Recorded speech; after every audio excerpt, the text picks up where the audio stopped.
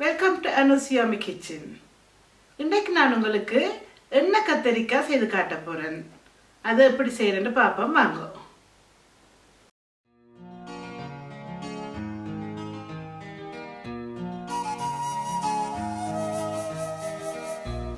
இன்றைக்கு நான் உங்களுக்கு எண்ணெய் கத்தரிக்காய் எப்படி செய்கிறேன்னு சொல்லித்தர போகிறேன்.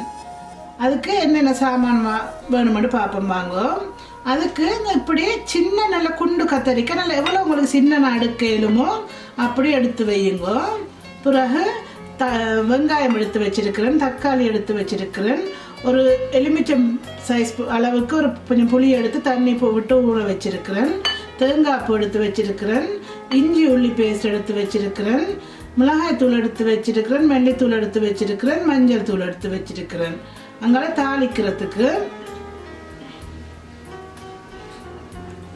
வெந்தயம், கடுகு, உளுந்து, செத்தல், கருவேப்பிலை, ரம்ப விளம் எடுத்து வச்சிருக்கிறேன். இனி வாங்க என்னென்னு செய்யறேன்னு சொல்றேன். இது செய்யறதுக்கு முதல் நாங்கள் ஒரு பேஸ்ட் செய்து எடுத்துக்கொள்ளுவோம். அதுக்கு முதல் சட்டியை சுட வச்சு எண்ணெயும் விட்டு எண்ணெயும் சுட்டுட்டுது அதுக்குள்ள வெட்டி வச்சிருக்கிற வெங்காயத்தை போடுறோம். இந்த வெங்காயம் ஓரளவு டிரான்ஸ்பரண்ட் கலர் வந்த உடனே நாங்கள் இதுக்குள்ள வெட்டி வச்சிருக்கிற தக்காளியை போடுறோம். அதையும் கொஞ்சம் லேசாக வதங்க விடுவோம்.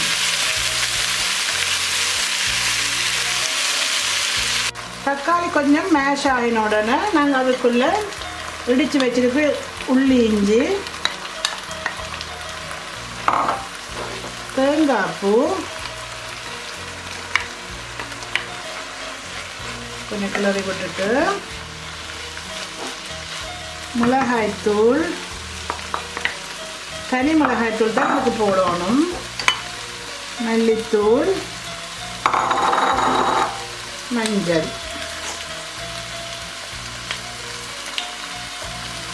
அதோட உப்பும் போட்டுட்டு கொஞ்சம் கிளறிட்டு நாங்கள் அப்படியே கொஞ்சம் நேரம் மூடி விடுவோம்.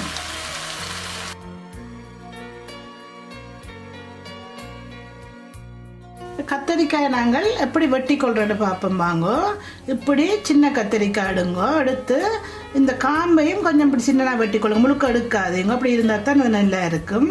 அதில் மெட்ட பக்கம் காம்புன்னு மெட்ட பக்கம் எடுத்து இப்படி ஃபுல்லாக வெட்டி விடாதீங்க. இப்படி அரைவாசிக்கு இப்படி ரெண்டு பக்கமும் க்ரோஸாக வெட்டிட்டு பாருங்க, நல்லா அதை எடுத்து பூச்சி எதுவும் இருக்கும்னு சொல்லி அப்படியே எல்லா கத்திரிக்காயும் நாங்கள் வெட்டி எடுப்போம் வாங்க. நாங்கள் இப்போ இந்த வெட்டி வச்சிருக்கிற கத்திரிக்காயை எண்ணெய்க்குள்ள போட்டு பொரிச்சு எடுக்க போகிறோம்.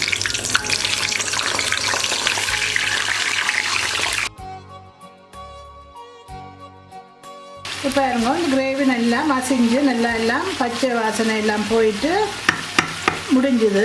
இனி நாங்கள் இதை நிப்பாட்டிட்டு ஆற விடுவோம். இனி இதை நாங்கள் அடித்து ஒரு பேஸ்ட் ஆக்கி கொள்ளுவோம். இப்போ நிப்பாட்டிட்டு ஆற விடுவோம். பாருங்க, இந்த கத்தரிக்காய் பொரிஞ்சிட்டுது. அதை நீ எடுத்து நாங்கள் இருக்கா ஃபில்டருக்குள்ளே போடுவோம், இந்த எண்ணெயெல்லாம் வடிகிறதுக்கு. நாங்கள் இப்போ இந்த வதக்கின கிரேவியை இப்படி ஒரு ஃபைன் பேஸ்ட்டாக அடித்து எடுத்துக்கொள்ளணும். இனி வாங்கினா கறி எப்படி வைக்கிறேன்னு பார்ப்போம். நாங்கள் இப்போ சட்டியை வச்சு எண்ணெயை விட்டு எண்ணெய் சூடாகிட்டுது. அதுக்குள்ளே கொஞ்சம் ரம்ப இலையை போடுறோம்.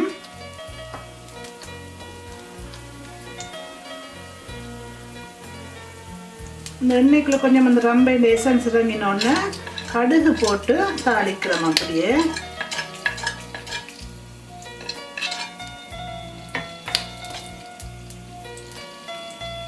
இந்த கடுகு வெடிக்கிற நேரம் நான் இதில் வெந்தயம், உளுந்து, செத்தல், கருவேப்பிலை எல்லாத்தையும் சேர்த்து ஒன்றா போடுறேன். இனி கொஞ்சம் வதங்க விடுவோம்.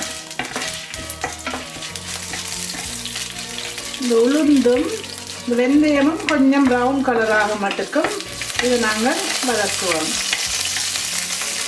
கொஞ்சம் ஹீட்டை மீடியத்தில் வச்சு செய்யுங்க. ஏனென்றால் இதெல்லாம் கருகக்கூடிய சாமான்கள். அப்படி கருகிடும். அந்தபடியாக நீங்கள் மீடியத்தில் வச்சு செய்யுங்க. கரும்பு இப்போ இதெல்லாம் கொஞ்சம் ப்ரௌன் ஆகிட்டுது. அந்த நேரம் நாங்கள் அடித்து வச்சு இந்த கிரேவியை இதுக்குள்ளே விடுறோம்.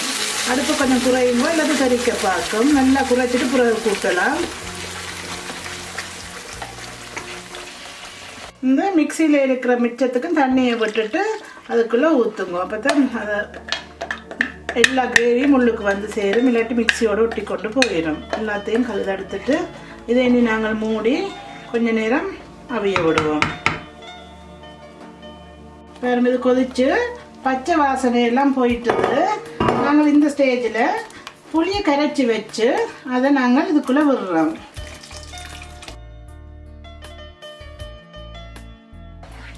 புளியையும் விட்டுட்டு கொஞ்சம் நல்லா கிளறிட்டு திரும்பியும் அந்த புளியோட பச்சை வாசனம் போகும் மட்டுக்கும் கொஞ்சம் மூடி விடுவோம்.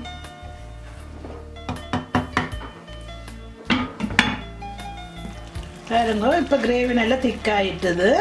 இந்த ஸ்டேஜில் நாங்கள் என்ன செய்வோம், நாங்கள் அந்த பொரிச்சு வச்சிருக்கிற கத்திரிக்காயை இதுக்குள்ளே போடுவோம். அப்படி முழுசாகவே போடுங்க.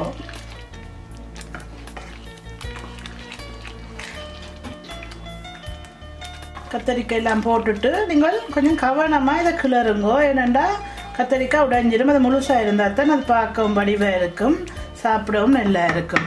நாங்கள் இதுக்கு மேலே இன்னும் கொஞ்சம் தேங்காய் பாலும் கொஞ்சம் விட்டுட்டு, இது விருப்பம்ண்டா விடுங்கோ, இல்லாட்டிக்கு பரவாயில்லை. நான் எனக்கு கொஞ்சம் விருப்பம் மறுபடியும் விடுறேன். அதோட கொஞ்சம் கொத்தமல்லி மேலே போட்டுட்டு, இதுவும் நீங்கள் விருப்பமண்டா போடுங்க, இல்லாட்டி தவிர்க்கலாம்.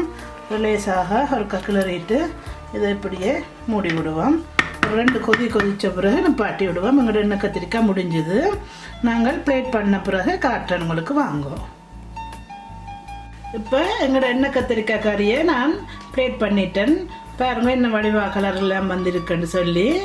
இது நீங்கள் எல்லாத்துக்கும் சேர்த்து சாப்பிடலாம்.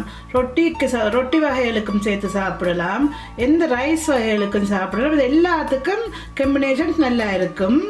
இது நீங்கள் 2 நாள் கழித்து சாப்பிட்டீங்களா இன்னும் இந்த கறி இன்னும் நல்ல டேஸ்ட்டாக, அந்த புளி எல்லாம் அதுக்குள்ளே நல்லா ஊறி நல்ல டேஸ்ட்டாக வரும்.